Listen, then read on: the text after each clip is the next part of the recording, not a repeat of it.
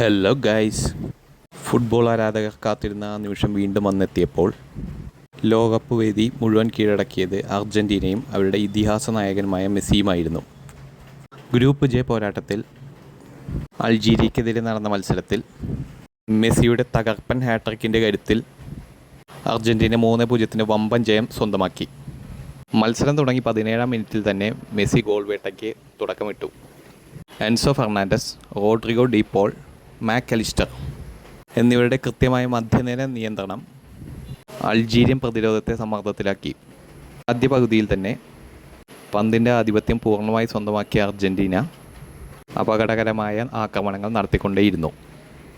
രണ്ടാം പകുതിയിൽ അൾജീരിയ തിരിച്ചു വരാൻ ശ്രമിച്ചെങ്കിലും ക്രിസ്ത്യൻ റൊമേറോ, ലിസാഡോ മാർട്ടിനസ് എന്നിവരുടെ ശക്തമായ പ്രകടനം 60-ാം മിനിറ്റിൽ വീണ്ടും മെസ്സി മാജിക്.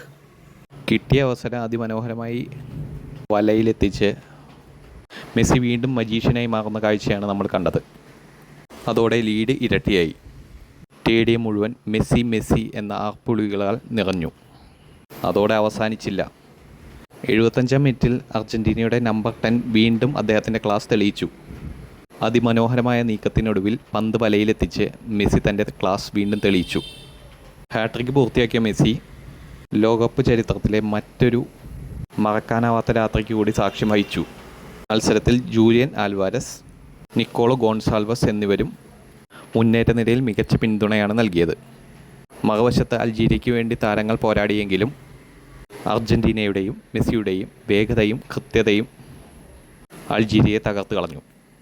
മെസ്സിയുടെ ഹാട്രിക്, അർജൻറ്റീനയുടെ സമ്പൂർണ്ണാധിപത്യം, ലോകകപ്പ് കിരീടത്തിനായിട്ടുള്ള ശക്തമായ മുന്നറിയിപ്പ് ഇവയെല്ലാം ചേരുമ്പോൾ 2026 ലോകകപ്പിലെ ഏറ്റവും ശ്രദ്ധേയമായ പ്രകടനങ്ങളിൽ ഒന്നായി മെസ്സിയുടെ ഹാട്രിക്ക് മാറി.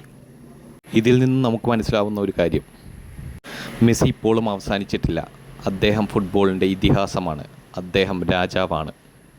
കൂടുതൽ ഫുട്ബോൾ വിശേഷങ്ങൾക്കും വാർത്തകൾക്കുമായി ഈ ചാനൽ ഇപ്പോൾ തന്നെ സബ്സ്ക്രൈബ് ചെയ്യുക.